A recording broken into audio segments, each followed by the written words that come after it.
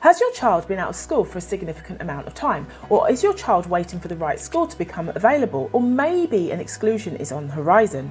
If so, you might have heard the possibility of an alternative provision being mentioned in passing, or as a possible option for your child to attend, but you are actually seeking specialist educational support for your child. Alternative provisions are when a child or a young person is unable to access mainstream school for reasons including school exclusion, behavioural issues or illness. Education outside of school will be arranged.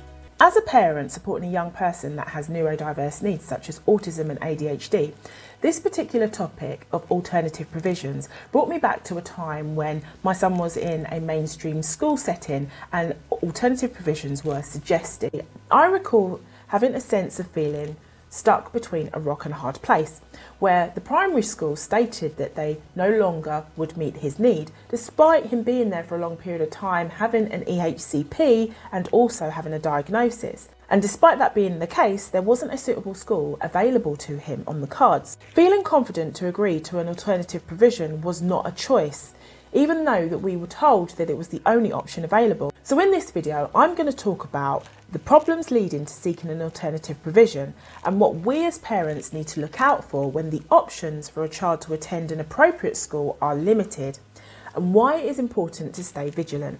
So before we talk about the problems leading up to seeking an alternative provision, I feel it's really important to ask the question, are alternative provisions actually for young people living with individual differences? My son was encouraged to attend a pupil referral unit. So when I share my thoughts about my son who has autism and ADHD, thinking back at that time when what was important to me was making sure that he was in a school that had a great ethos, an ethos that understood him as an individual and recognised his differences. And this is something that I discussed in another one of my videos about how important a school's ethos is. So in reference to the question whether alternative provisions are for children that have special educational needs as a suitable provision, my answer to that would be no. The reason why I say that, because in our experience, because the current school where he did attend, where he had been for a couple of years, had made it clear that they weren't able to meet his needs. They recognised that he had a diagnosis of autism. They recognised the way that he functioned in terms of his behaviours,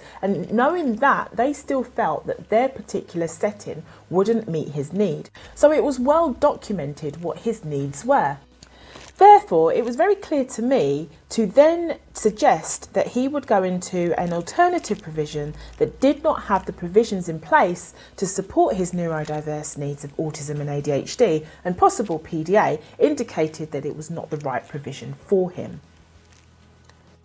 So in hindsight, it's really easy to see the problems that would lead to a school or a setting seeking an alternative provision, which prompted me to the subject of this video for other parents to look out for when the option of an alternative provision is being suggested. So one problem that I recognised is that there was a failure between the school and the local authority to really identify my son's individual needs in detail so that they could actually implement strategies to do that. Now, this is quite complex because in our experience, they had the EHCP available. They had all the information there historically. They just chose not to utilise that in that particular moment in time. Having all this is actually required by legislation. So if that hasn't been done, then that seems to be a reason why they would seek an alternative provision. However, legislation states that this actually needs to be done first. That information is what's needed to guide the situation so that your child actually seeks a specialist provision, whatever option is available to whoever's making the decision. The next thing to look out for is whether behaviour is implied to be a need. This is nothing to do with the way that they learn or supporting them to learn in the way that they know best. This is actually not inclusive, and there's a bias towards the way that your child functions in order to learn. Another thing to look out for is if a professional suggests that The alternative provision has smaller classes, therefore it would be suitable for your child. For some young people with autism, a smaller class and smaller sizes is actually a better environment for them to work in.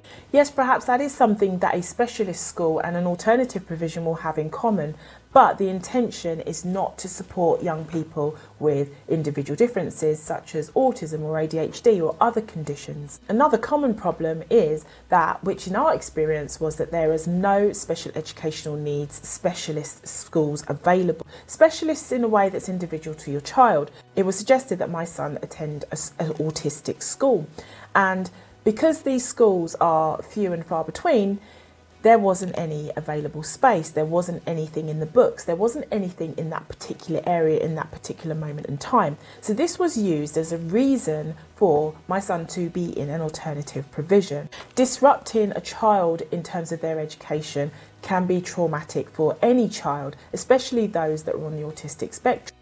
So this is why I felt it's really important to look out for these things before alternative provisions are suggested, so that we as parents can look at the bigger picture and decide what's best for our children, so that we can guide the process in a way that supports them and not any other agenda. Alternative provisions are mainly used as a stopgap, and once young people are placed there, it's really difficult to identify who has accountability for them moving forward. It can limit and delay the hopes for a child to access support. A child being stereotyped as having behavioural issues unrelated to their individual needs, and that it's a whole different rabbit hole of possible destinies that are not an option for any child neglected by the system. So we've come to the end of the video. If any of this information resonates with you, why not think of subscribing or possibly give us a like. And if you're currently navigating through the system and finding it difficult to access an EHCP, why not take a look at one of my other videos? But for now, keep doing what you're doing, stay focused, stay empowered, and thank you for listening.